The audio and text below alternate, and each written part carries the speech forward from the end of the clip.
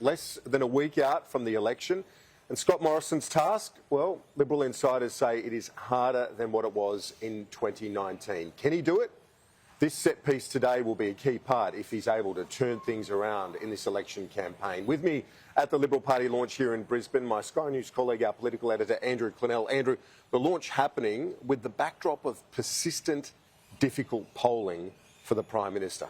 That's right, Kieran. On the eve of this Liberal launch, Sky News has obtained Industry Association polling taken during the campaign, which shows Scott Morrison is set to lose seats in his home state of New South Wales. Losses which, if reflected on polling night, would see him thrown out of office. The sample size in this polling is far bigger than the Australians YouGov poll published last week of 125 per seat. It is 800 per seat. It shows the government well behind in the Central Coast seat of Robertson, 58-42. Behind in Reid, 53-47. I understand similar polling conducted early in the campaign also shows the government behind in Bennelong and Banks. This polling shows the Liberal Party has very little chance of winning Parramatta off Labor, 54-46, or Gilmore, where New South Wales Liberal Andrew Constance is running, 56-44, or Shortland, where Labor is ahead 57-43. But there is some good news for Scott Morrison. He appears to be fine in the traditional swing seat in Western Sydney of Lindsay, where the Liberal Party is ahead in this polling 57-43. And the Nationals have a chance in the seat of the Hunter, Joel Fitzgibbon's old seat, where Labor is ahead by just 1 point, 51-49. The Robertson result was certainly reflected in the sentiment of voters in Umina Beach when I went door-knocking along with Labor candidate Gordon Reid during the campaign.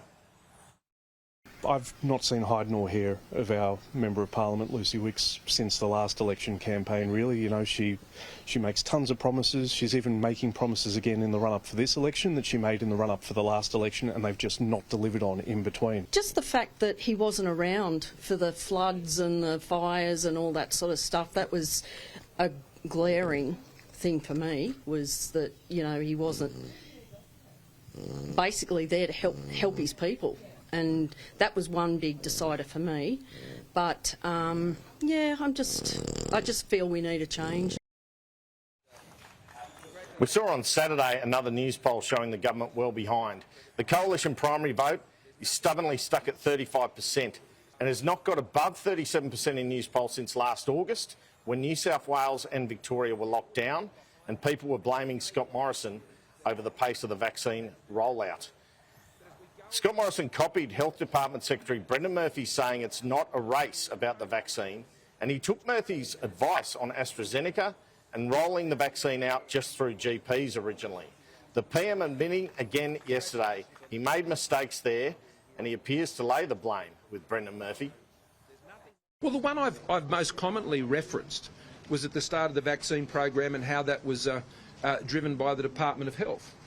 Now, in hindsight, bringing in General Fruin was something I would have done earlier, because when I put General Fruin in charge, we fixed the problem and we ended up assuring the highest vaccination rates in the world, and we met our target of ensuring that every single person in Australia who wanted a vaccine could get one.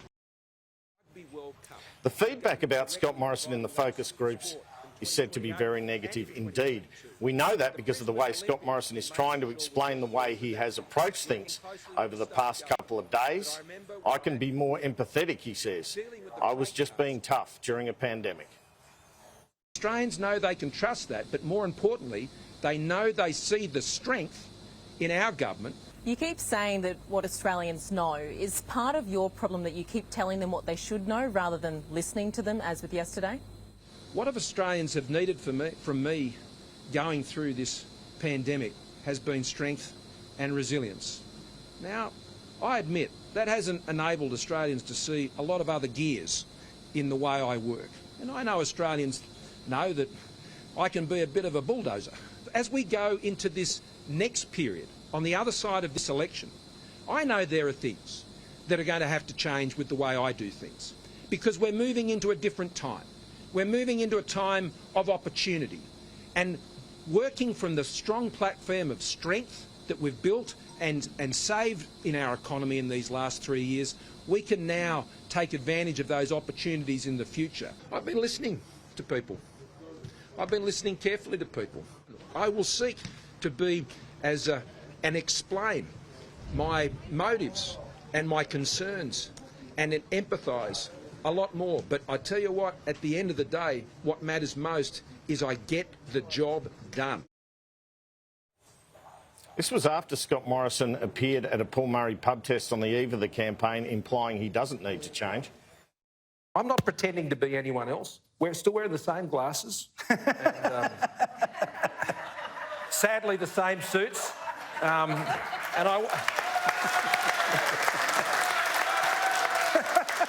I weigh about the same, and I don't mind a bit of Italian cake either. So I'm happy in my own skin, and I'm not pretending to be anyone else. And when you're Prime Minister, you can't pretend to be anyone else. You've got to know who you are, because if you don't know who you are, then how on earth are other people going to know? Kieran will shortly be interviewing Michael Sukkar, the Assistant Treasurer and Housing Minister. Interesting to see Scott Morrison in Sukkar's Victorian seat yesterday. Suddenly it appears in play despite a 4.6% margin. Having said that, I think what we are seeing in the polling is some marginal seats will have big swings against the government. In other marginals, there will be no discernible swing. It is not a consistent swing we are seeing in some of these poll results. And the government still has a belief that its internals are tighter than the news poll result we saw yesterday of 54 to 46. Government strategists think things are very tough in terms of forming government, with the Teal contest on as well, though, Kieran.